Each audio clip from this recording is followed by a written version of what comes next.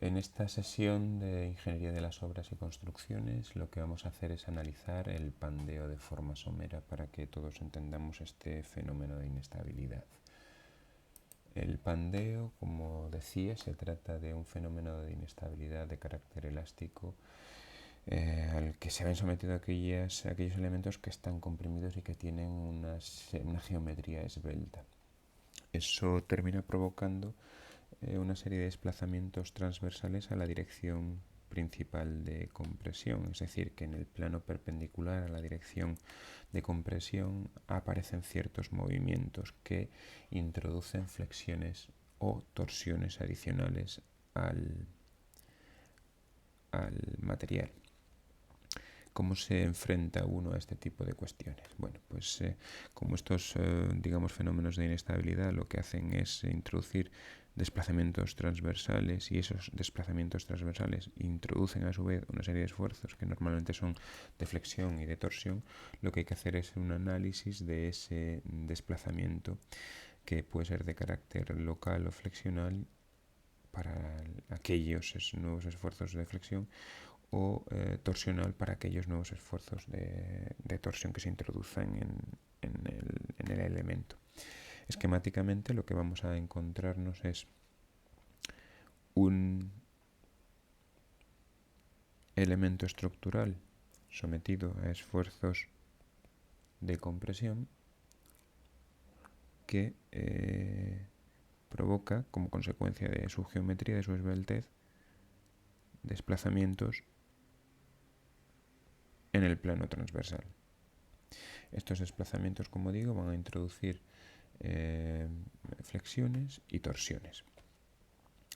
Cuando nos encontramos con un esfuerzo local o flexional, lo que tenemos que hacer es determinar cuál es la fuerza crítica a partir de la cual se va a producir ese desplazamiento adicional. Esa fuerza crítica es la denominada fuerza de Euler. Esta es una de las maneras que tenemos de determinarla, y esa fuerza crítica, tal y como está indicada, va a venir determinada por la siguiente formulación: pi cuadrado e mínimo longitud cuadrada. La E es el módulo de elasticidad y la I mínima es el momento de inercia mínimo de la sección. Lo que a nosotros nos va a interesar es referir esa formulación a la esbeltez mecánica de la barra. ¿Por qué? Pues que es el parámetro que realmente va a configurar o va a determinar el comportamiento de pandeo de dicha barra. Este gamma de la barra, esta esbeltez mecánica de la barra que veremos ahora a continuación, es el número, es el parámetro que realmente nos interesa tener. Entonces, tenemos que la fuerza crítica va a ser igual a pi cuadrado E por el área, el módulo de elasticidad por el área de la barra, partido por la esbeltez mecánica de la barra. En estas dos fórmulas nos va a interesar mucho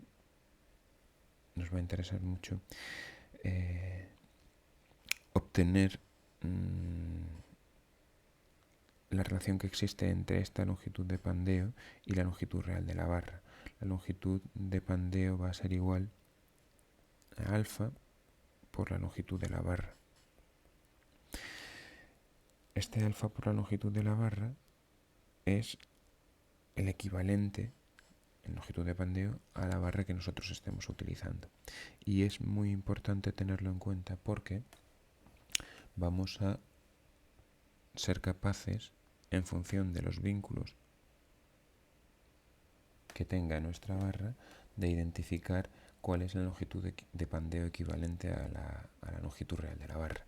Si nosotros tenemos una longitud de barra L sub P y esa barra se encuentra biarticulada, tenemos que la longitud de pandeo va a ser igual a 1. Si la barra se encuentra empotrada articulada, la longitud de pandeo va a ser 0,7, biempotrada es 0,5,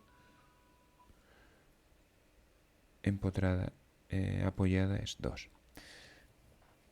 ¿Cómo entendemos esta situación? Bueno, esta situación, si lo pensamos un poquito, es bastante coherente.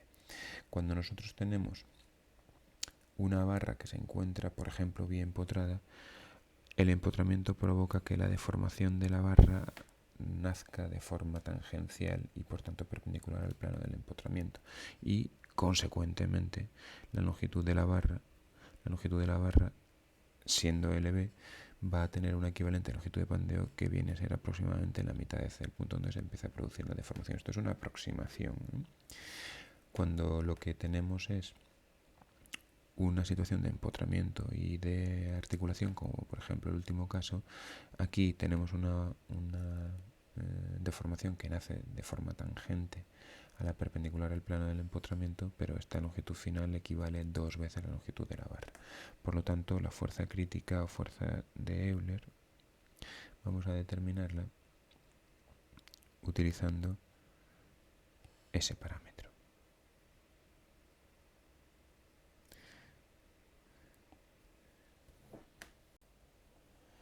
Hemos analizado el pandeo local, que es de carácter flexional, y ahora vamos a analizar el pandeo torsional, que es otro de los fenómenos como consecuencia del desplazamiento producido de carácter transversal a la dirección de la fuerza, de las fuerzas de compresión que están actuando sobre la barra. Bueno, pues el pandeo torsional viene determinado por un momento torsor crítico, que es este momento torsor crítico,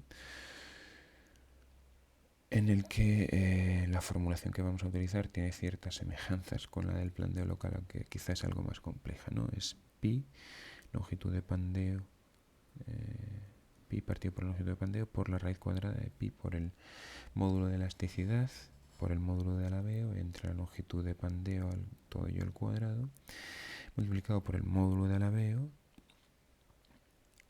el momento de inercia mínimo, módulo de elasticidad,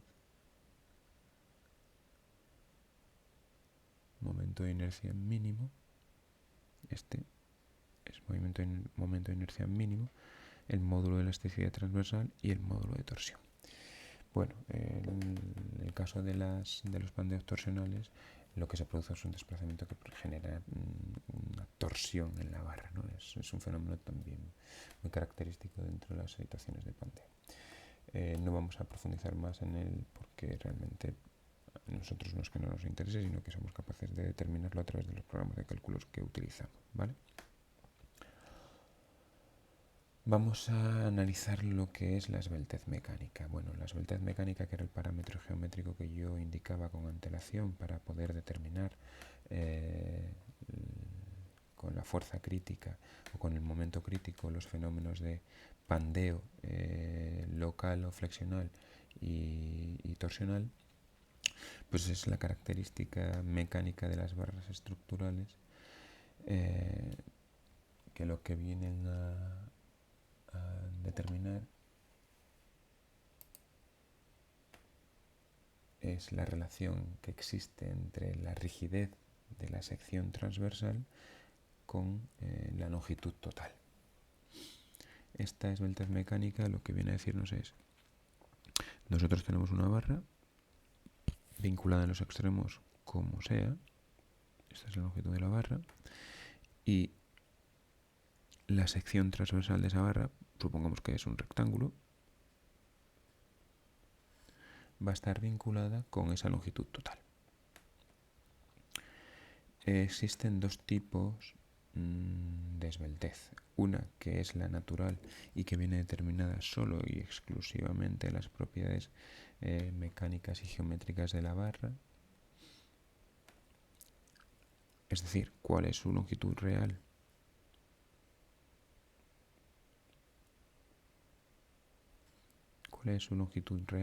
y cuál es su geometría y cuáles son sus propiedades mecánicas, es decir, el tipo de material con el que está construida. Y luego existe la esbeltez efectiva, que va a depender también de las condiciones de enlace, es decir, del tipo de vínculo que tengamos en los extremos de la barra. definiremos dos tipos de esbeltez. Una, la esbeltez flexional, que es la que está relacionada con el pandeo flexional o local, que es la que se corresponde con unos fenómenos de flexión de la barra comprimida, en el que tenemos que la esbeltez es la longitud de pandeo por la raíz cuadrada del área partido por el momento de inercia mínimo de la sección. O lo que es equivalente a el coeficiente de pandeo alfa por la longitud de la barra partido por el radio de giro mínimo de la sección. O lo que es equivalente al coeficiente de pandeo por la longitud al cuadrado de la barra por el área de la barra partido por el momento de inercia mínimo de la sección. Y después tenemos la esbeltez torsional, que lo que hace es medir el grado de alabeo de una sección sometida a torsión. Es decir, nos va a introducir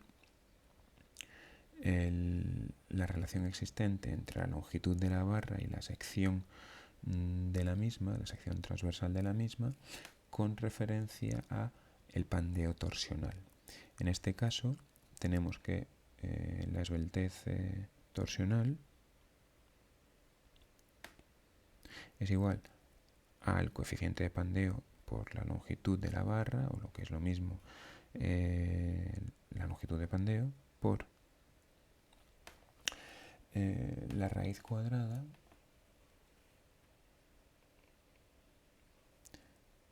del coeficiente alfa por g, que habíamos visto anteriormente, que se trataba de el módulo de elasticidad transversal, por I, que es por J, perdón, que es el módulo de torsión, partido por E, que es el módulo de elasticidad, y por I sub V, que es el módulo de alabeo. ¿Vale? En el caso de tener solamente esfuerzo cortante, este alfa viene a ser aproximadamente 1. Si nosotros regresamos a las formulaciones correspondientes al pandeo local y al pandeo torsional, nos vamos a encontrar ahora sí que en el caso de la fórmula del pandeo local con la fuerza crítica de Euler, cuando hemos introducido la esbeltez mecánica, si despejásemos la esbeltez mecánica por el valor que hemos obtenido en el análisis de la misma, ya encontramos la relación existente entre la fórmula de la fuerza crítica de Euler y la esbeltez mecánica. ¿Vale? No es una simplificación, no es un análisis matemático que vayamos a hacer ahora, pero al menos así debería quedarnos claro. A modo de resumen, decir que el pandeo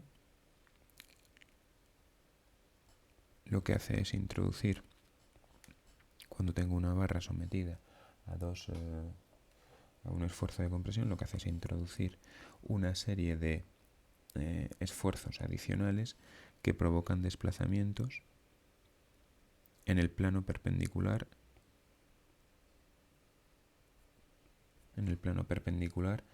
a la dirección de la aplicación de las fuerzas que provocan el esfuerzo axial de compresión.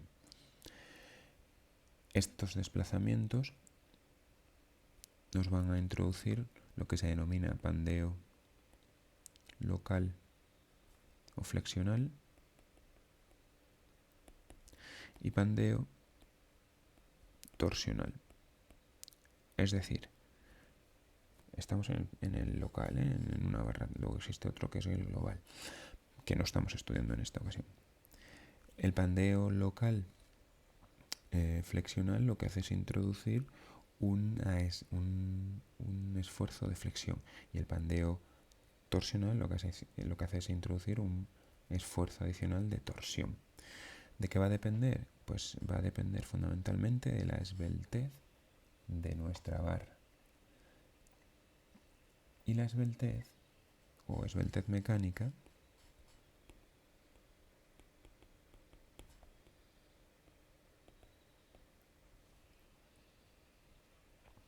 es, como decía anteriormente, aquella que relaciona la rigidez de la sección transversal con la longitud total, la longitud de la barra. Esa esbeltez puede ser, como decíamos, natural o efectiva. La esbeltez natural es aquella que solo depende de las propiedades mecánicas y geométricas, y la efectiva es aquella que depende también de las condiciones de enlace, es decir, del tipo de vínculos que nos encontremos en los extremos. Y en este caso tendríamos que la longitud de pandeo va a ser igual a un coeficiente alfa por la longitud de la barra, siendo este alfa un parámetro que va a depender del tipo de vínculo que tengamos en nuestra barra. Cuando se ve sometida a el esfuerzo axial de compresión. En este caso el valor es 1, en este caso el valor es 0,5, en este caso el valor es 2 y en este caso el valor es 0,7 en el caso de una barra empotrada articulada. Bueno, con esto más o menos hemos hecho una pequeña introducción a la situación de pandeo local, que es el que hemos estado analizando. Espero que haya resultado útil y que nos sirva para determinar las situaciones de pandeo en nuestras estructuras y saber cómo enfrentarnos a ellas. Si tenemos una barra que hemos dimensionado a compresión y que en principio nos ofrece una sección, antes de dar por válida esa sección debemos hacer la comprobación del pandeo, al menos el pandeo local, para asegurarnos de que no existe ningún problema de pandeo. Cuando esa situación se nos dé, que la veremos resuelta en algún problema, si tenemos aplicando la fórmula de Euler una situación de pandeo local o flexional, debemos modificar la sección. Muy bien, muchas gracias.